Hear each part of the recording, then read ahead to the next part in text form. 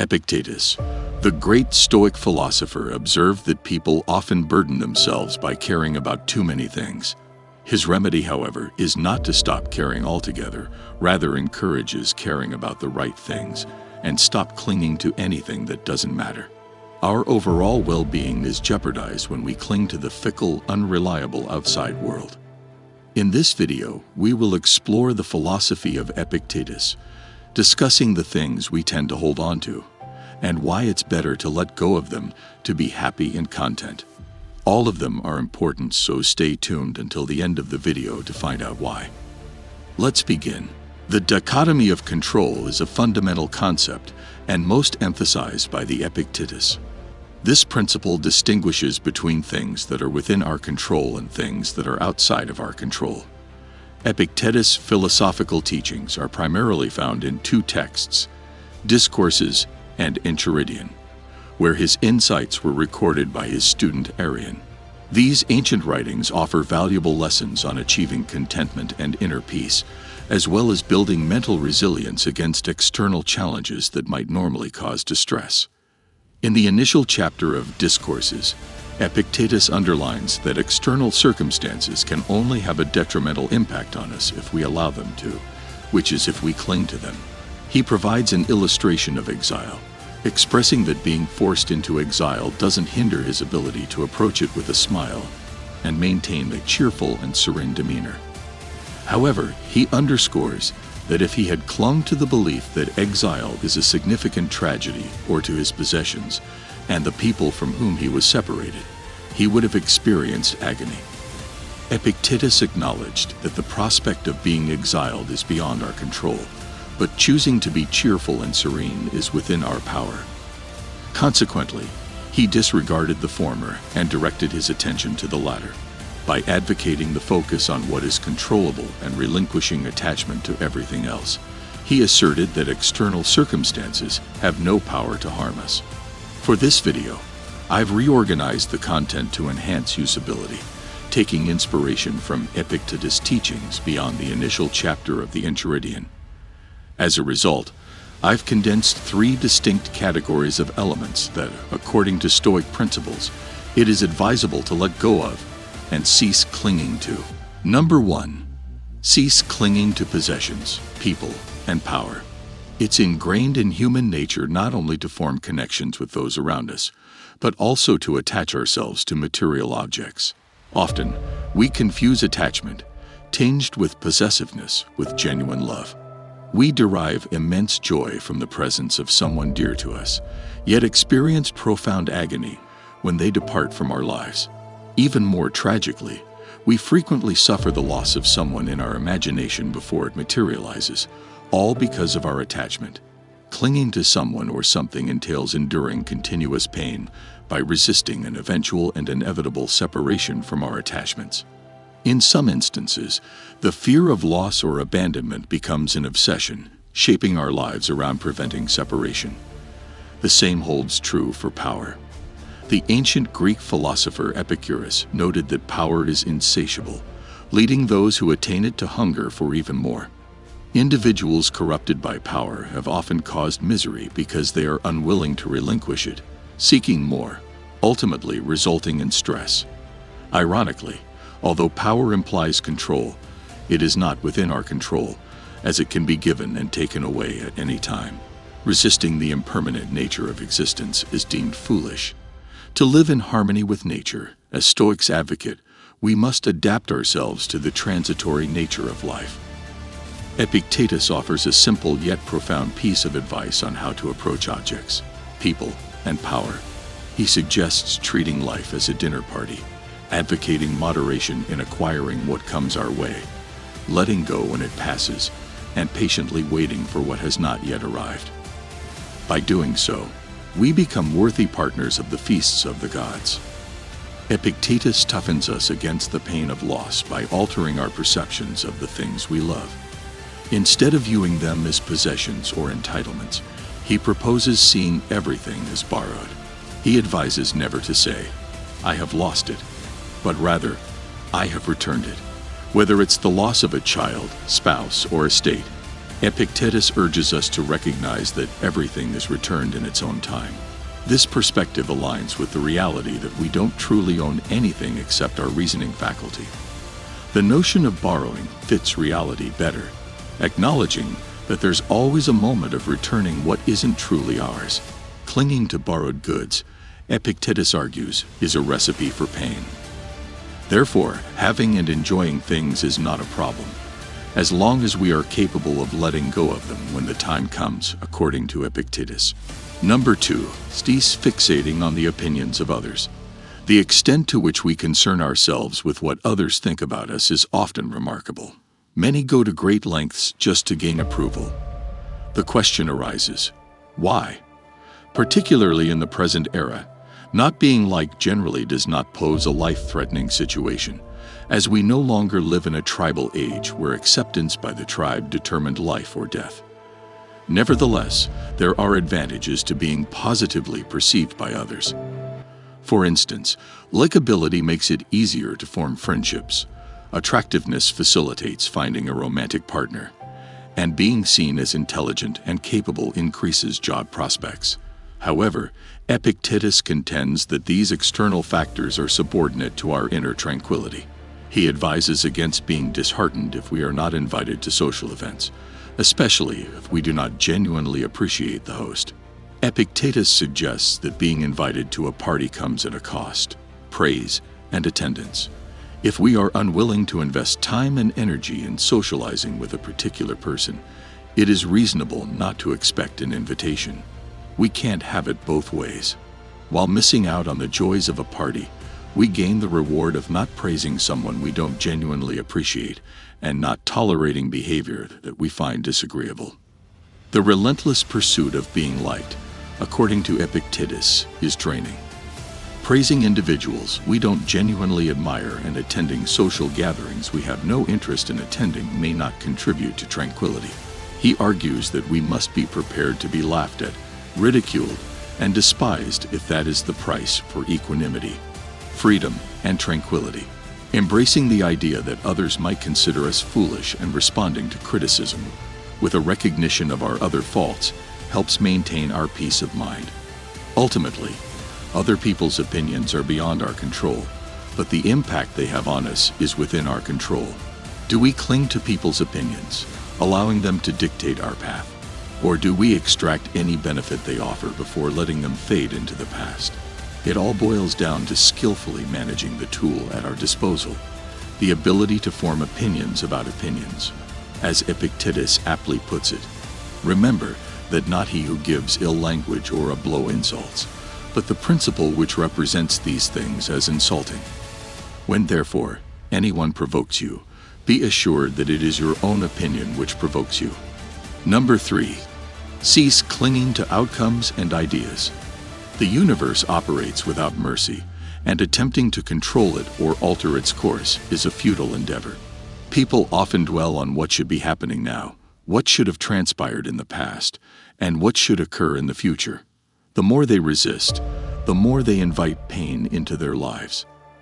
Epictetus offers guidance on how we should treat a servant, highlighting that while a servant is expected to be obedient, it should be within their power to not always conform to that expectation. Recognizing that individuals, by nature, may not always behave as we wish is essential. What is more crucial? That a servant is never disobedient, or that the master is content. It's an either-or situation. This acceptance of the servant's occasional nonconformity becomes the price we pay for equanimity. This metaphor extends to various aspects of life. We can't expect the world to be entirely inoffensive, and attempting to silence those perceived as offensive won't change the reality that there will always be someone offending someone else. The pursuit of an entirely inoffensive world in human interactions is unrealistic, and imposing such an ideal on others might do more harm than good. A more constructive approach is to begin with cultivating kindness within ourselves, over which we have control. Whether others follow our lead is not within our control, as Epictetus noted. Don't demand that things happen as you wish, but wish that they happen as they do happen, and you will go on well. Epictetus emphasizes that while we can't control the world, We do have control over our attitude toward it. Others may insult us, but they can't dictate our thoughts or feelings about it. Someone may take our possessions or money, but they can't control whether we succumb to depression. Even if our spouses betray us, the extent to which it affects us is within our control. The world's fluctuations are beyond our influence. Clinging to them leads to defeat, but accepting them and focusing on living well despite the unpredictability of fortune leads to victory. Now, the question arises, what precisely falls within our control, and what does not? Epictetus provides clarity on this. Now we will discuss the things which are in our control. Opinions and beliefs. Opinions and beliefs constitute a fundamental aspect of human cognition, residing as a domain firmly within our control and serving as a cornerstone of personal autonomy. This inherent power provides individuals with the ability to actively select their thoughts and perspectives, thereby forming a unique standpoint on a myriad of subjects that shape their understanding of the world. The process of opinion formation is a nuanced journey that traverses through the intricacies of one's values, experiences, and understanding. This journey is marked by a conscious effort to navigate and shape viewpoints, allowing individuals to be intentional architects of their own cognitive landscapes. In the realm of politics, for example, personal convictions and diligent research empower individuals to decide their stance on specific issues. The crux of this process lies in the deliberate act of choosing one's beliefs rather than passively adopting them. This intentional approach to opinion formation underscores the active role individuals play in constructing their own worldview. Crucially, this autonomy extends beyond the confines of political ideologies, influencing various facets of life, including personal preferences in entertainment or spirituality. While external influences undoubtedly make their presence felt, the fundamental capacity to shape and adopt opinions remains an internal, controllable aspect of our cognitive processes. The recognition of this internal locus of control becomes an empowering realization, shifting the narrative from passive receptivity to active engagement. Acknowledging this autonomy positions individuals as conscious architects of their own perspectives, fostering a profound sense of self-determination and autonomy in their worldview. This newfound awareness encourages individuals to approach the world with a deliberate consciousness, making choices based on their consciously chosen beliefs and perspectives. It becomes an invitation to actively engage with the world, appreciating the dynamic interplay between internal autonomy and external influences. In essence, the journey of opinion formation is a testament to the intricate dance between internal autonomy and external factors. It is a process that invites individuals to navigate the sea of information, experiences, and values consciously, embracing the empowering realization that they are the architects of their own cognitive landscapes. This conscious engagement with one's beliefs and perspectives serves as a guiding light, fostering a profound sense of self-determination and autonomy in navigating the complex tapestry of life. Desires and aversions. Desires and aversions, two integral facets of the human experience, constitute a realm firmly within our control, representing a domain where conscious choices play a pivotal role. These aspects, woven into the fabric of our daily lives, reflect the nuanced interplay between our aspirations and our deliberate decisions to steer clear of certain experiences. Within this sphere of desires, individuals exercise a remarkable ability to shape their yearnings through intentional choices guided by rational judgment. It is an arena where personal goals come to life, and individuals can meticulously choose the objectives they aspire to achieve. In this process, the power to mold preferences becomes evident, allowing individuals to align their desires with deeply held values and principles. For instance, one might consciously choose to pursue educational milestones, career advancements, or personal development goals, aligning their aspirations with a sense of purpose and fulfillment. Similarly, the realm of aversions involves conscious decisions about what aspects of life to avoid or minimize. This deliberate approach enables individuals to navigate challenges, experiences, or environments in a manner that aligns with their values and well-being. Whether it be steering clear of toxic relationships, harmful habits, or detrimental situations. Individuals exercise rational judgment to minimize negative influences on their life's trajectory. The rational approach to desires and aversions underscores the capacity for intentional and considered choices in the pursuit of a fulfilling life. While external factors undoubtedly exert influence, the ultimate power resides in the individual's ability to make decisions grounded in reason and personal values. This internal locus of control becomes a source of empowerment, emphasizing that individuals are not passive recipients of circumstance, but active agents in shaping their own destinies.